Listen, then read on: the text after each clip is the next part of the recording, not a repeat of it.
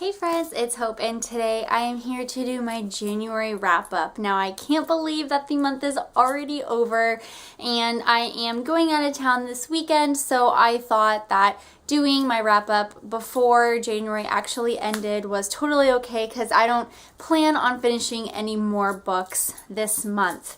So with that said, I did finish 9 books this month, which I'm super excited about. I just came from a major reading slump in December, and so I wasn't really sure how many books I was actually going to be able to knock out, but I will say that I completed 3 out of the 4 books that were on my TBR for the month, so I'm super excited about that. So yeah, let's just get on to the books that I did finish in January. So the first book that I actually read and finished in January was The Kiss of Deception by Mary E. Pearson. I did a read along with my friend Mandy from Oh It's Mandy, and we are actually hosting a readathon together for the first week of February, and I will link that video down below. That way you can go check it out and see what it's all about. But yeah, we picked up this book in January and we both really loved it. I actually rated this book a 4.5 out of 5 stars. I thought the characters were great. I thought the story was wonderful, and how each character was written was really fascinating. For a long time in this book, you don't know who's the assassin and who's the jilted prince, and so there was a lot of mystery to it, and I thoroughly enjoyed that aspect of it. And yeah, you just couldn't help but fall in love with some of these characters, even some of the side ones that didn't really have like a huge main role. But I will be picking up the second book when it comes out this summer. The second book that I read in the month of January was Origin by Jennifer L. Armentrout, and if I could do the praise Jesus hands emoji, that is what my thoughts would be for this book. It was 5 stars, fantastic. I have been fangirling all over this series for months now, and I have the last book in my possession and I will be reading it next month. So bittersweet, yes. But I need me some more Damon Black, so I'm excited to get my hands on it. I can't really tell you anything about this book other than it was fantastic. Because it is the 4th book in the series, if I said anything else, then it would definitely be spoilery, and I don't want to do that, especially for those of you who haven't read the Lux series. Just know that these books, while a little cheesy, are fantastic. Jennifer L. Armentrout's writing is just amazing, and I'm completely hooked. For the next book that I have to show you, it is Easy by Tamara Weber. I picked this book up not really knowing too much about the story and if I was really going to enjoy it, but guys, 5 out of 5 stars. It was so good, and I did a spoiler-free book review over this novel, and I will link it down below. I definitely encourage you guys to pick it up if you are wanting to read a new adult book. It was lovely. You will fall in love with these characters, and yes, it was just absolutely precious. Go check out Easy. So after I finished Easy by Tamara Weber, I loved it so much that I wanted to read the book over again.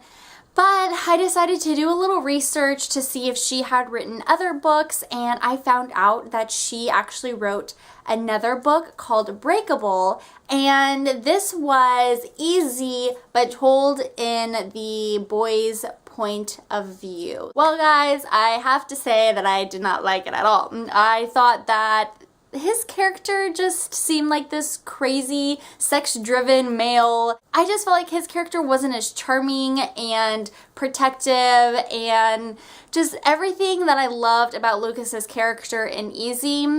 It just wasn't there for me in Breakable. And then I got my hands on another Jojo Moyes book, and I actually read 1+1, and it was fantastic. I read a lot of great books this month, and I also rated this book a 5 out of 5 stars.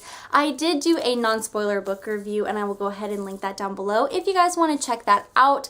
But guys, let me just tell you this. If you like books that have really well-written characters, Jojo Moyes does a great job at writing some really great characters that you will no doubt attach yourself to and fall in love with. Alright, so after I read 1+1, I was on Goodreads and I saw one of my friends on Goodreads. His name is Doug. He was telling me books that he was about to read and encouraging me to keep on reading Miss Peregrine's. I had started Miss Peregrine's, months ago, and just because it was so slow at the beginning, I just could not get into it.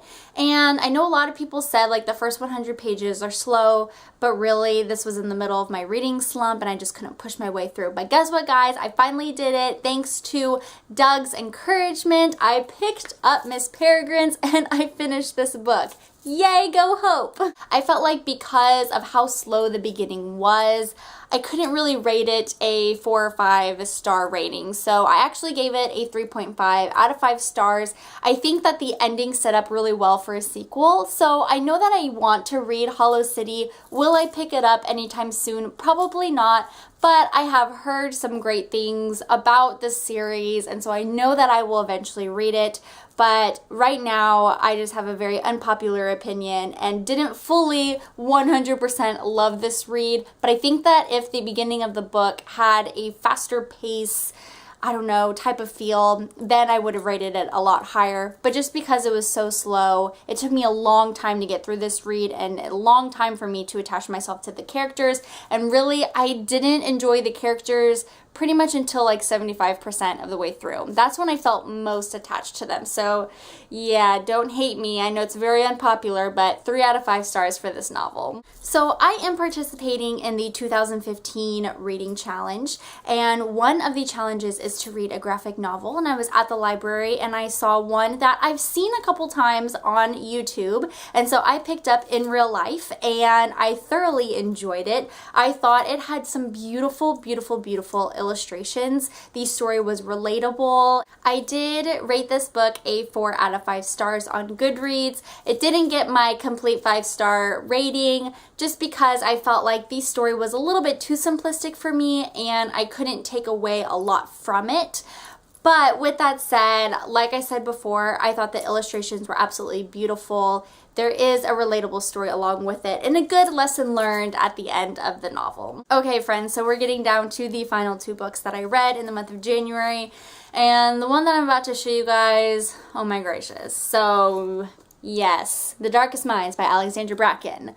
My mind and my heart are still aching and spinning. I was crying. No, more like sobbing last night at midnight when I was finishing this book because I just could not believe the ending of this novel. And kind of like Miss Peregrine's, the beginning was really slow.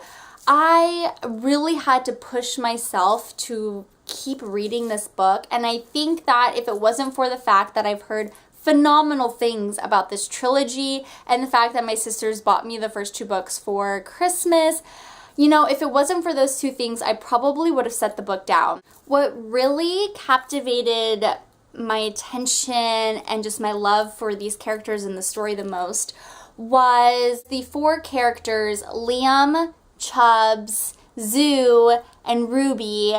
Just their perseverance, their selflessness, their loyalty, it just really touched my heart. There was a very unexpected love triangle. I was not expecting that at all in this book, and I thought it was really, really well written because a part of me was like, yes, Liam, and then the other part was, yes, this other person in the love triangle, which I can't say because that might be a spoiler, but woo! By the end of this book, like I said, I was sobbing. So, yes, I actually rated this book a 4 out of 5 stars because it took me almost 200 pages to really get into this book. I could not give it a 5-star rating, but I am very excited to read the next novel, and I will probably be reading that in February.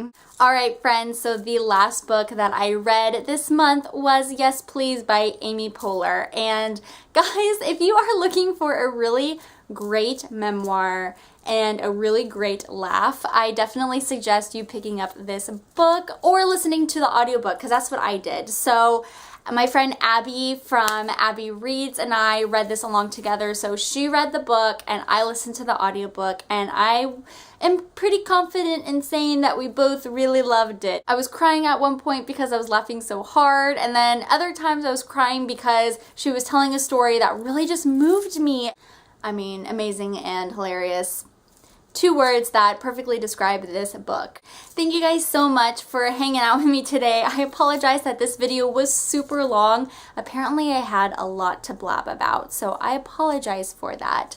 My next video that I'll probably be posting is my best in books for January, so you're not going to want to miss that. It is my favorite video series that I do. So yes, thumbs up if you are as excited as me, because I know I'm excited and I hope you are too. But yeah guys, thank you so much again for watching, and I hope you guys have a great day, but I'm sure I will see you soon. Bye.